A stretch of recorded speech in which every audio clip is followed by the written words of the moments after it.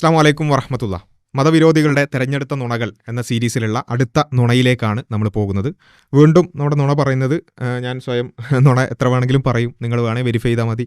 എനിക്കതിൽ വലിയ കമ്മിറ്റ്മെൻ്റ് ഒന്നും ഇല്ല, ഞാൻ പറയുന്നതിൽ വലിയ ആധികാരികതൊന്നും ഇല്ല എന്ന് പറഞ്ഞ സ്വയം പ്രഖ്യാപിത നുണേൻ്റേത് തന്നെയാണ്. നമ്മളിനി എടുത്ത് വീശുള്ളൂ, ബാക്കി നിങ്ങളായി നിങ്ങളെ പാടായി. നുണയൊക്കെ നമ്മളിനി ചറവറ പറഞ്ഞുകൊണ്ടിരിക്കാൻ പോവാണ്, ഒരു വെരിഫിക്കേഷൻ നമ്മൾ നടത്താൻ പോകുന്നില്ല. അപ്പോൾ അദ്ദേഹം പറയുന്ന അടുത്ത ഒരു നുണയിലേക്കാണ് നമ്മൾ പോകുന്നത്. ആയിട്ടുള്ള സ്വന്തം കല്യാണം ആലോചിച്ച് പ്രൊഫറ്റിനെ അങ്ങോട്ട് ചെന്ന് പ്രപ്പോസ് ചെയ്ത് കല്യാണം കഴിച്ച ഖദീജയെ മുഹമ്മദ് നബി നല്ല അടിപൊളി ഒരു വേശ്യയാക്കി. അടിപൊളി. എങ്ങനെ സ്വന്തമായിട്ട് കല്യാണം ആലോചിക്കുന്ന സ്ത്രീകൾ വേശ്യകളാണ് എന്ന ഹദീസ് കണ്ടിട്ടുണ്ടോ സുഹൃത്ത്? ഇതാ ഹദീസ് കാണുന്നില്ലേ? അപ്പോൾ ഇതാണ്, പിന്നെ നുണ മാത്രമല്ല തോന്നിയാസം കൂടി പറയാണ്. അപ്പോൾ ആദ്യം ആ ഹദീസ് ഏതാണെന്നുള്ള നമുക്ക് ഒന്ന് പരിശോധിച്ച് നോക്കാൻ തോന്നുന്നുണ്ട്. ആ ഹദീസിൽ പറയും, നമുക്ക് കാണാം. അപ്പോൾ സുനൻ ഇബ്നു മാജ 1882 ഹദീസാണ്, സഹിഹാണ് ഹദീസ്. ആ ഹദീസിൽ പറയുന്ന ആശയം നബി സ്വല്ലല്ലാഹു അലൈഹി വസല്ലം പറയാണ്, ലാ തുസവ്വിജുൽ മർഅത്തുൽ മർഅ വലാ തുസവ്വിജുൽ മർഅത്തു നഫ്സഹ. ഒരിക്കലും ഒരു സ്ത്രീ മറ്റൊരു സ്ത്രീയെ കൊണ്ട് കല്യാണം കഴിപ്പിക്കരുത്.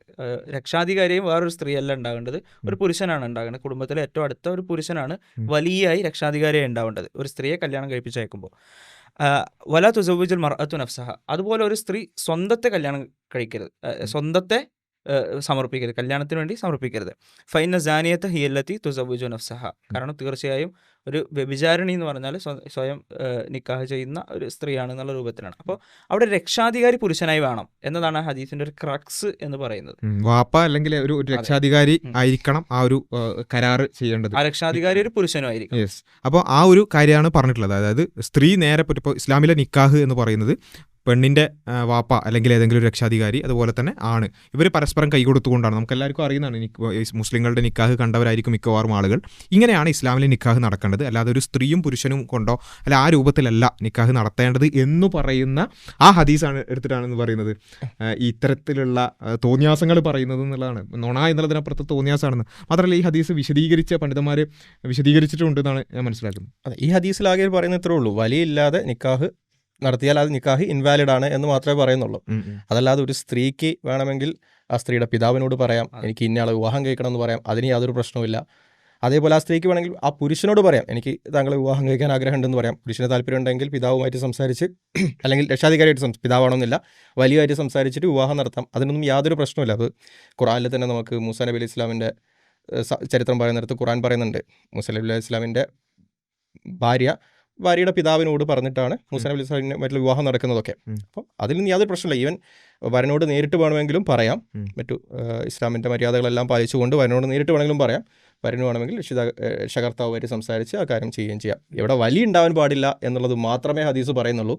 എഗെയിൻ നമ്മൾ മുമ്പത്തെ ഹദീസ് പറഞ്ഞതുപോലെ സഹാബികൾക്കോ താബികൾക്കോ പണ്ഡിതന്മാർക്കോ മുഫസ്സിറുകൾക്കോ ഹദീസുകൾക്കൊന്നും മനസ്സിലായിട്ടില്ല, മൂപ്പർക്ക് മാത്രമേ ഈ അർത്ഥം മനസ്സിലായിട്ടുള്ളൂ. കാരണം ഈ ഹദീസ് ഉണ്ട്, അതേപോലെ തന്നെ ഖദീജ ബീവിയുടെ ചരിത്രവും അവിടെ ഉണ്ട്. എന്നിട്ട് ലോകത്ത് ഇത്രയും കാലം 1400 വർഷമായിട്ടും ഒരു പണ്ഡിതന്മാർക്കോ അല്ലെങ്കിൽ നബിക്കോ അല്ലെങ്കിൽ താബികൾക്കോ സ്വഹാബികൾക്കോ ആർക്കും മനസ്സിലാവാത്തൊരു വ്യാഖ്യാനം എന്ത് ചെയ്യാണ് ഇദ്ദേഹത്തിന് മാത്രമായിട്ട് തോന്നുന്നത്. പല പണ്ഡിതന്മാരും പറയുന്നത് അത് ഒരു സ്ത്രീയുടെ വിർച്യു ആണ്, അത് നല്ലതാണെന്ന് പറയാം. കാരണം ഒരാളുടെ ക്യാരക്ടറും റിലീജിയസ് കമ്മിറ്റ്മെൻറ്റും കണ്ടിട്ട് അവരെ പ്രപ്പോസ് ചെയ്യാന്നുള്ളത് നല്ല കാര്യമായിട്ടാണ് പണ്ഡിതന്മാർ പറയുന്നത്. യെസ്.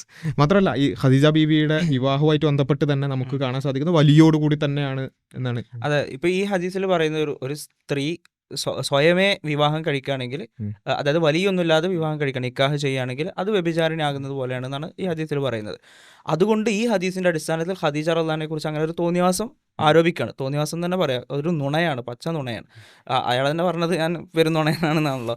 അപ്പോൾ അത് നുണയാണെന്ന് പറയാനുള്ള ഒരു പ്രധാനപ്പെട്ട കാരണം, നമ്മളിപ്പോൾ ചരിത്രം വായിച്ചാൽ, സീറ ഗ്രന്ഥങ്ങളൊക്കെ വായിച്ചാൽ, ഖദീജ റളിയല്ലാഹു അൻഹ ഒരിക്കലും നേരിട്ട് പോയി നബി സ്വല്ലല്ലാഹു അലൈഹി വസല്ലമയോട് എന്നെ കല്യാണം കഴിക്കൂ, നമുക്ക് നിക്കാഹ് നടത്താം, ഇന്ന് നമുക്ക് നിക്കാഹ് നടത്തി നമുക്ക് വധുവരന്മാരാകാം എന്ന് പറഞ്ഞത്, കല്യാണം കഴിച്ചിരിക്കുന്നു എന്ന് പറഞ്ഞ് പ്രഖ്യാപിച്ച ആഹ്വാനങ്ങളൊന്നും എവിടെയും നമുക്ക് കാണാൻ കഴിയില്ല.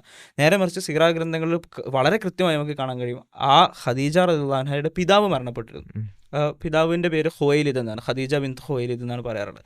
അപ്പോൾ പിതാവ് മരണപ്പെട്ടുകൊണ്ട് തന്നെ പിന്നെ ഖദീജ റളിയല്ലാഹു അൻഹയെ സംബന്ധിച്ചിടത്തോളം രക്ഷാകർതൃത്വം ഏറ്റെടുക്കുന്നത് ഖദീജ റളിയല്ലാഹു അൻഹയുടെ ഉപ്പയുടെ അനിയനാണ്, അമ്ർ എന്നാണ് അദ്ദേഹത്തിൻ്റെ പേര്.